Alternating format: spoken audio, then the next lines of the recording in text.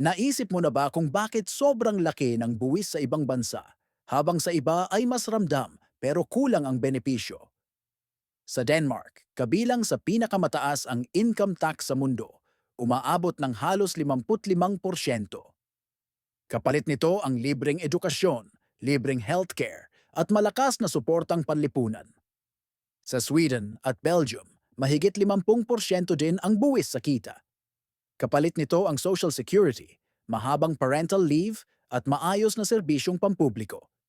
Sa France at Germany, mataas ang buwis pero kapalit ang universal healthcare, bayad na bakasyon at proteksyon sa mga manggagawa. Sa Japan, maaaring umabot sa 45% ang pinagsamang nationals at local taxes, kapalit ang mahusay na transportasyon at serbisyong panlipunan.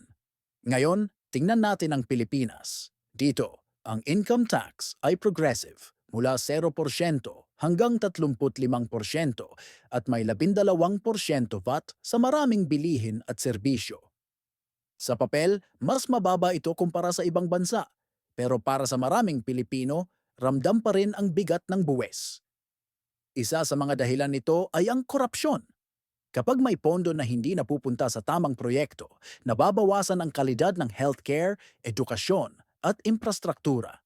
Kaya kahit nagbabayad ng buwis ang mamamayan, kulang ang serbisyong kanilang natatanggap.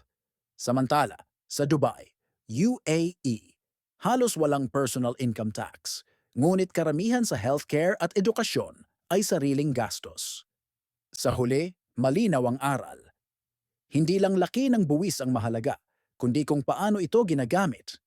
Mataas na buwis na maayos ang pamamahala, may malinaw na benepisyo. Pero kahit katamtamang buwis, kung may korupsyon, ramdam pa rin ang hirap. Ikaw, ano sa tingin mo ang mas dapat ayusin, buwis o pamamahala?